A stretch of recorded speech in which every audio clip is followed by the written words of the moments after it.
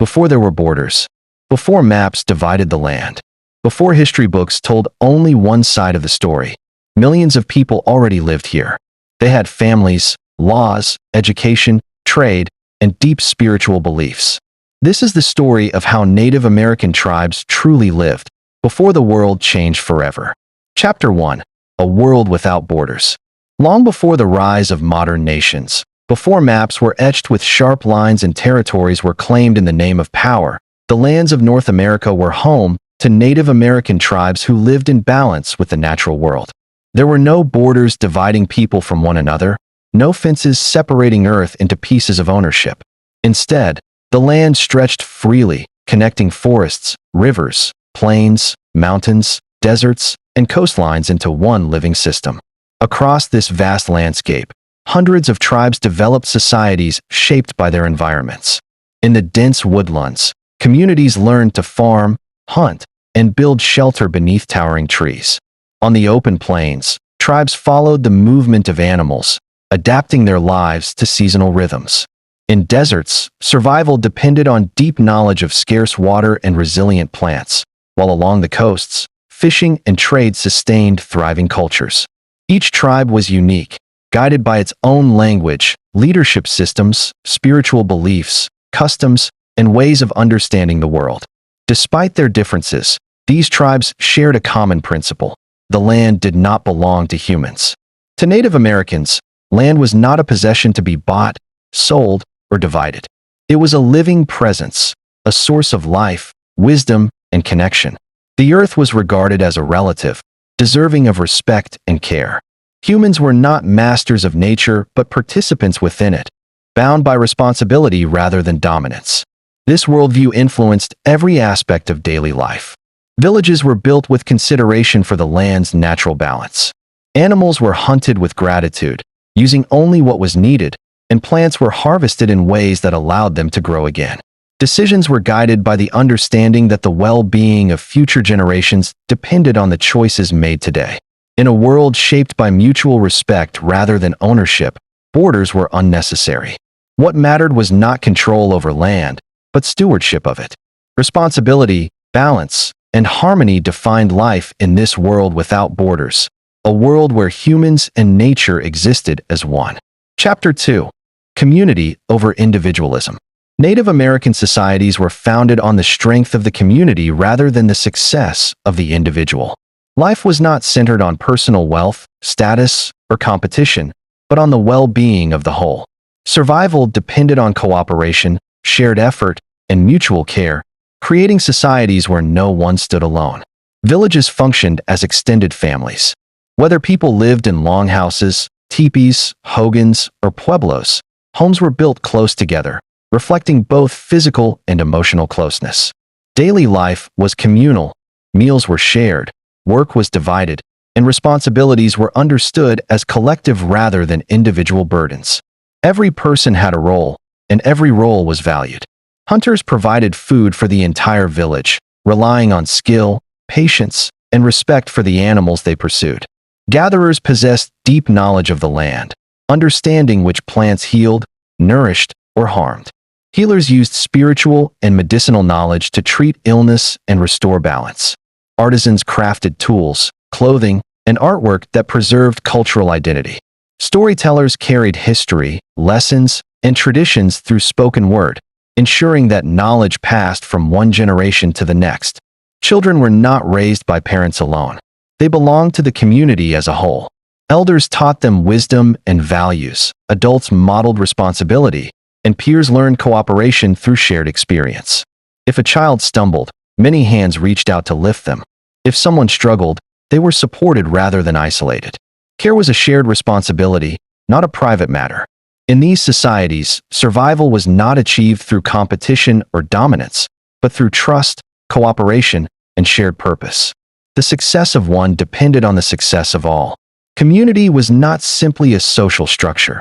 It was a way of life, rooted in connection, responsibility, and belonging. Chapter 3. Daily Life and Survival. Daily life in Native American societies followed the steady rhythms of nature rather than the demands of the clock.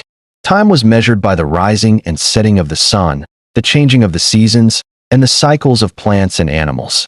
These natural patterns guided movement, work, celebration, and rest. The seasons shaped every aspect of survival. Tribes understood when animals migrated and where they could be found, when crops should be planted and harvested, and when the land needed time to recover. Seasonal ceremonies marked these transitions, honoring the forces that sustained life and reinforcing gratitude for the earth's generosity. Knowledge was passed down through generations, ensuring that survival depended on wisdom rather than exploitation. Nothing was wasted. Hunting was done with respect and intention, never carelessly or excessively. When an animal was taken, every part was used. Meat provided nourishment, hides became clothing and shelter, bones were shaped into tools and weapons, and sinew was used for binding and sewing. Before and after the hunt, prayers were offered to give thanks, acknowledging the life that had been given and the responsibility that followed. Work was not rushed, but it was meaningful. Tasks were performed with care, whether preparing food, crafting tools, building homes, or teaching children. There was no separation between work, survival, and spirituality. Each was deeply connected to the other. Life moved at the pace of balance rather than urgency. By living in harmony with nature instead of trying to control it, Native American communities sustained themselves for generations. Survival was not about speed or accumulation, but about respect, patience, and living in alignment with the world around them. Chapter 4. Education without classrooms. There were no formal classrooms, chalkboards, or written examinations, yet Native American systems of education were deeply sophisticated and effective. Learning was woven into daily life rather than confined to a single place or age. Knowledge was not separated from experience. It was lived, observed, and practiced. Children learned by watching, listening, and doing. From an early age, they observed adults hunting, gathering, building, and preparing food. They learned skills through participation, gradually taking on greater responsibility as their understanding grew. Mistakes were seen as part of learning, guided gently by example rather than punishment. Elders played a central role as teachers. By firelight, they told stories passed down through generations, stories rich with symbolism, meaning, and moral guidance. These narratives carried lessons about courage, patience, humility, generosity, and respect. A story about an animal was never merely about the animal itself. It reflected human behavior, choices, and consequences, offering guidance on how to live in balance with others and the natural world. Because knowledge was passed orally, memory was sacred. Stories, songs, and teachings had to be remembered with care and accuracy. To forget was not just to lose information, but to lose connection to identity, culture, and ancestors. Remembering was an act of respect, responsibility, and preservation. Education did not end with childhood. Learning was lifelong, and wisdom was valued more highly than the accumulation of facts. True knowledge was measured not by how much one knew, but by how well one lived. In this way, Native American education shaped not only skilled individuals, but thoughtful, responsible members of the community. Chapter 5. Spirituality as a way of life. Spirituality was not something practiced once a week. It was woven into every moment of life. Many tribes believed in a great spirit, a powerful presence connecting all living things. Humans, animals, plants, rivers, and the sky were bound together in a sacred relationship. Nature was the temple. Ceremonies marked births, seasons, hunts, and transitions into adulthood. Sacred objects, songs, and dances were used not for performance, but for balance and healing. To live spiritually meant to live responsibly. Chapter 6. Life without money or banks. There was no money in Native American societies, no coins to collect, no paper wealth to store, no banks to guard it. Yet these societies were not poor. In fact, their survival depended on systems far more enduring than currency: trust, reciprocity, and shared responsibility. Trade networks stretched across vast distances, connecting tribes separated by mountains, rivers, and plains. Food, tools, shells, furs, stone, pottery, and crafts moved from one region to another, allowing communities to access resources they could not produce themselves. Trade was not driven by profit, but by relationship. Agreements were built on trust and reputation rather than written contracts, and breaking that trust carried serious social consequences. Wealth was measured in ways very different from modern societies.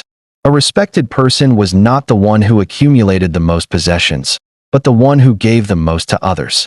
Generosity was a source of honor, strengthening bonds within the community. Hoarding, on the other hand, brought shame, as it threatened balance and survival. This system ensured that no one was left behind. The weak, the elderly, the sick, and the injured were supported through collective care rather than individual savings.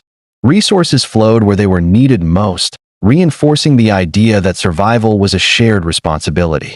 Without money or banks, Native American societies created economies rooted in human connection rather than accumulation. Value was found not in what one owned, but in how one contributed. In this way, economic life was inseparable from morality, community, and respect for one another. Chapter 7. The Wisdom and Power of Elders. In Native American societies, elders were not pushed aside or forgotten as they aged. They were revered as living libraries of knowledge, carrying history, tradition, and experience within them. Their presence was a source of stability, reminding the community of where it had been and guiding it toward where it should go. Elders held the memories of the people. Through their voices, stories of ancestors, migrations, triumphs, and mistakes were preserved. Through their silence, lessons of patience, reflection, and humility were taught. Experience had shaped their understanding, allowing them to see beyond the urgency of the present moment. They advised leaders, helped settle disputes, and guided the next generation.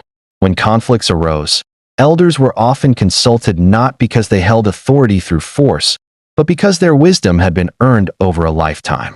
Their role was to restore balance rather than assign blame, helping the community move forward in harmony.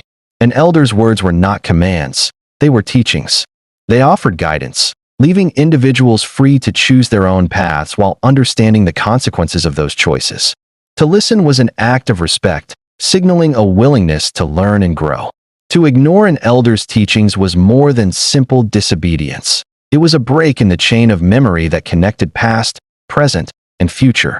Through respect for elders, Native American societies preserved continuity, identity, and wisdom.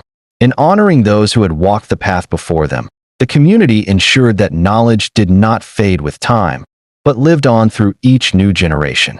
Chapter 8. Balance as a way of living. At the heart of Native American life was balance. Balance between humans and nature, between taking and giving, between the past and the future. This balance allowed tribes to live on the land for thousands of years without destroying it.